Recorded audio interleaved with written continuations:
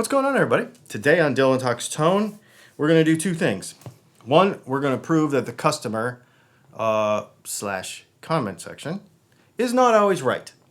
And two, we are going to file some nut slots and totally screw up a nut. So first of all, let's get to this whole the customer is not always right situation. So we made the video about this here dial indicator. I'll leave a link to it in the description along with everything else we're using today.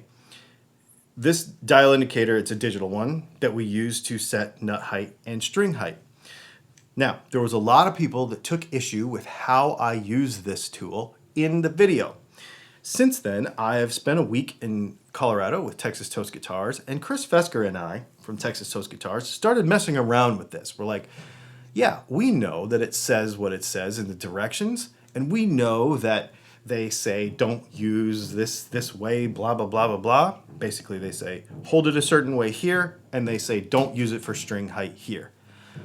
I think they and you in the comments that say that, and Chris agrees with me after doing some testing, are wrong. This is the way StuMac says that you should use this thing. You put it on the string, you zero it, and then you push down on both sides, okay? So you get this. So we got 27.5, okay? Now if you do it my way, first things first, you don't need a third hand to do it because you don't always have this perfect setup. It's easier to just set this thing on top of here, zero it, and push down, and still get to 27.5. We still have the same result. There's no difference. Okay? That's the thing. It's just as accurate doing it both ways. So I don't know why people have to make such a big deal out of it. Okay, so then the same thing goes with checking the height at the 12th fret. People said that you shouldn't check the height at the 12th fret with this because the weight of this plunger, being the few grams that it is, okay, will affect like pushing down on the string, like weighting the string down and not giving you an accurate measurement. So here's a couple of things I'm going to give you. One, if it pushes it down a half of a thousandth, you can see the string move a tiny bit. I will give you that. But it's like a half a thousandth. I've measured this a bunch of times, tested it a bunch of times. It's about a half a thousandth, okay? So we're talking literally like a percentage of the thickness of a string. This is like literally a half of a tenth of the width of an E string that this is moving, okay? When we're talking about the entire percentage of what, 60 or 70 thousandths that we're going for here, that's absolutely nothing. Now, the other thing is that I challenge you to come up with a better way that is more accurate than a half a thousandth of an inch. Because given the median guitar player's age in 2023, and I know what it is based on Google and YouTube analytics, I can tell you that it is 40s to 50s.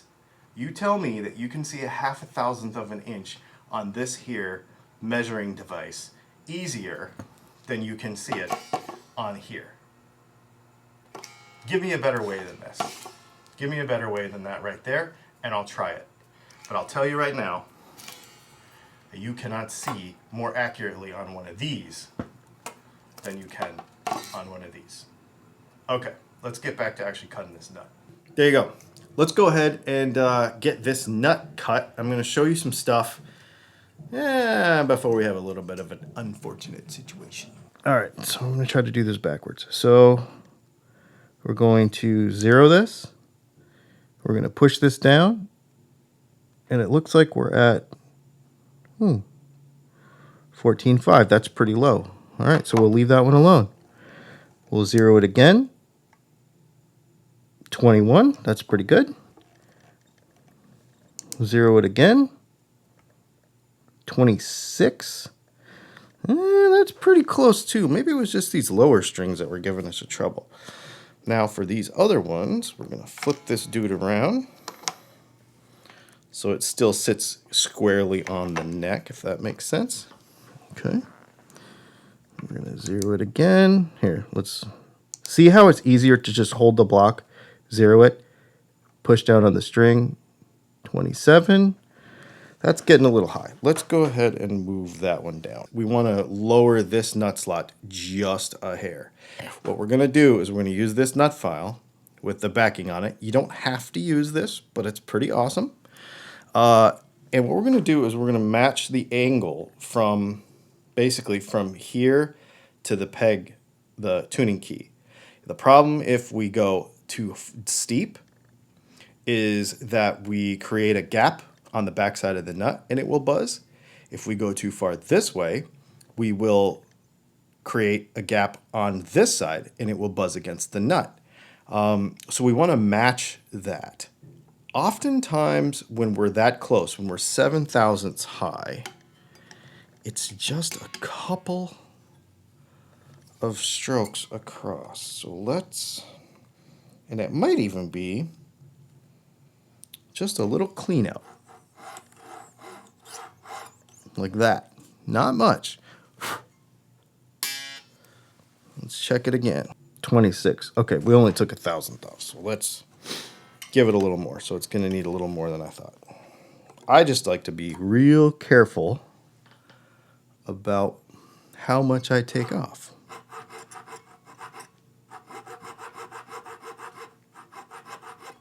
Now, the other thing is, I don't want to hit the peg head. I don't want to scratch it up. So we just want to be real careful, go real slow, take our time with it. So we just took a couple thousandths out of there, but that'll be good. Now I know that the lower strings are real whack. So 29, 30. Ew, let's bring those way down.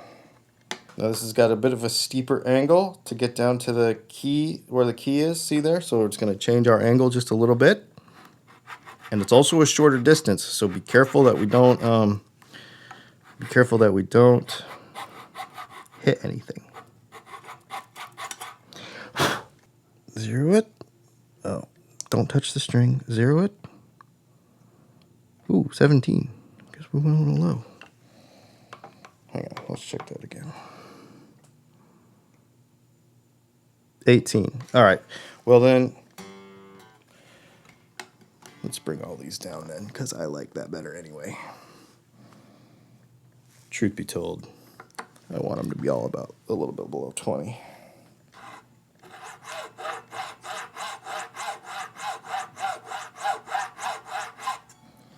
I'll show you something too. I was just doing it right there and I didn't think about it. I will give you a tip that I do. Ooh, perfect.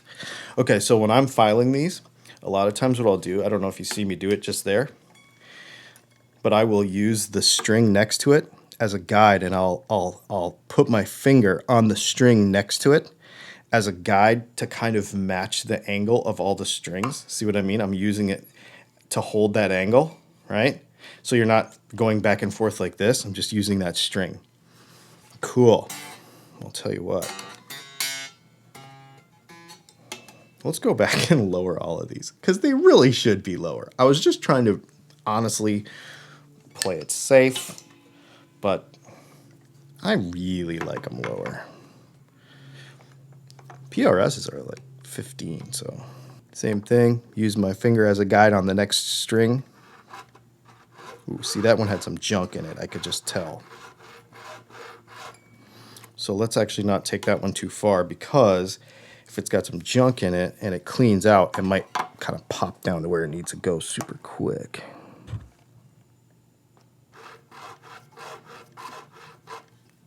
I need to play with the angle on that one a little bit. Yeah, not very much either. Normally I do this on the bench, so it's a lot more still, but so I'm trying to film it, I'm doing it on this little table, so sorry about the little wiggle. One of the things I want to stress to you is how many times you check this over again, making little moves. You're not taking lots of material at a time, and you're not doing too much.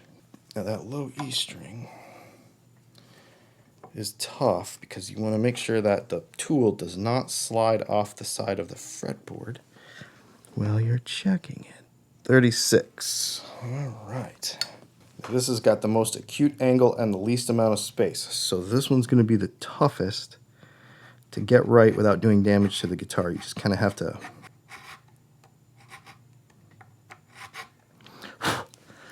And I know this one's really high, but I'm going to take it slow with it. I'm butting in here because as I'm doing this particular nut slot, I know that there's going to be a problem with this nut. And in fact, before we even started this video, I knew there was going to be a nut problem with this guitar. And I'm going to show you, or attempt to show you, what that is right now. So here, let me grab a blade.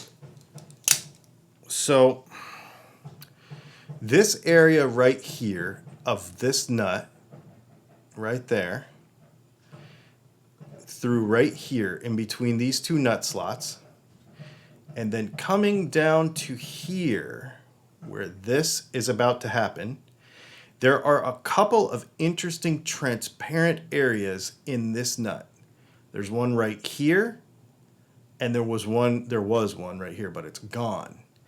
There is some unevenness in this bone in this nut, and I saw it in the video, or well, I mean, I saw it on the guitar before I started shooting the video. And I thought, well, whatever. I've seen this before. I can work around it. But as I'm filing the nut, I'm like, this is going to break. So listen really carefully, and you're going to hear something bad happen.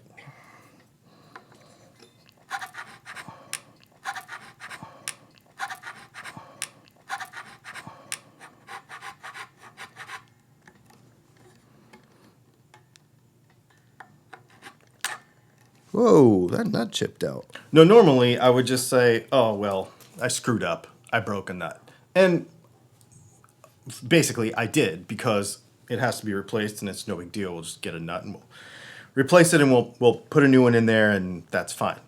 Is this my fault? Of course. I'm the one that did it. Should it have happened?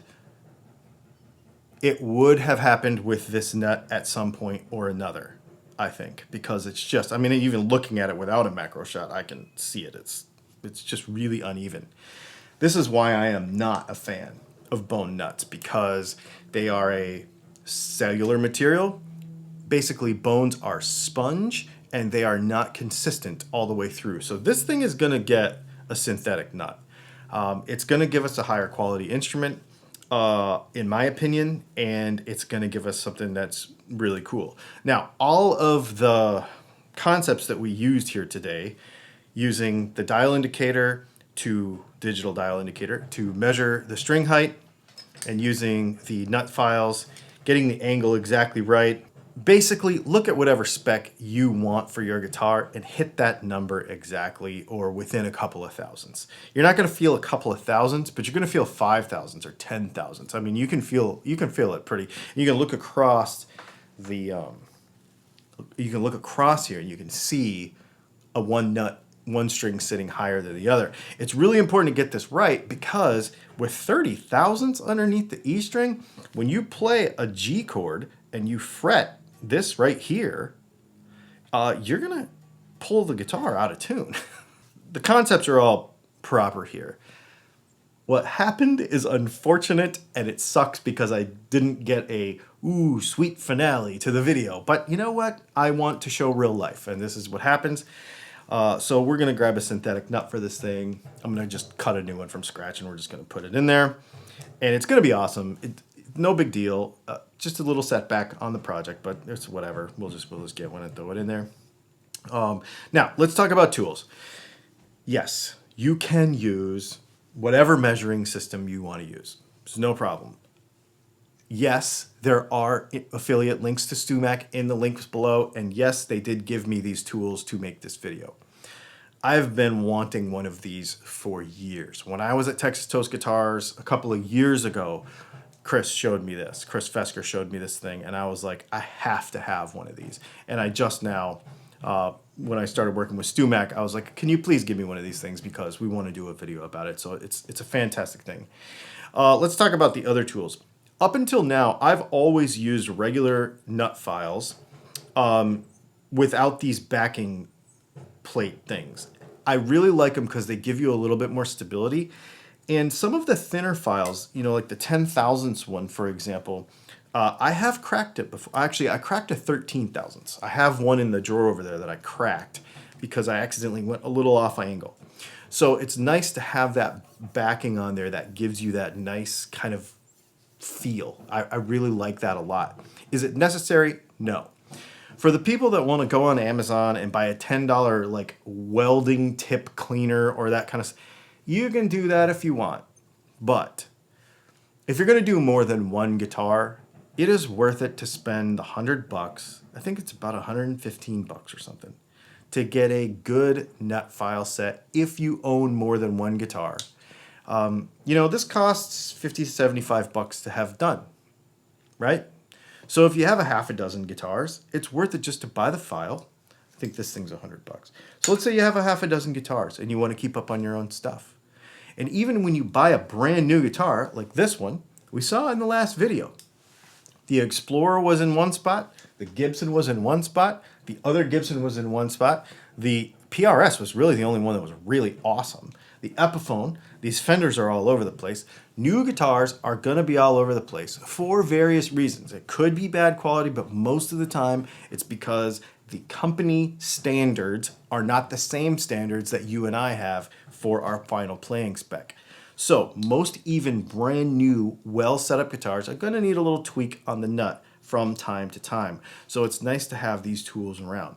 There's links to them in the below. You can links to them below. You can use them. Obviously, that's up to you. Don't stress about it if you don't.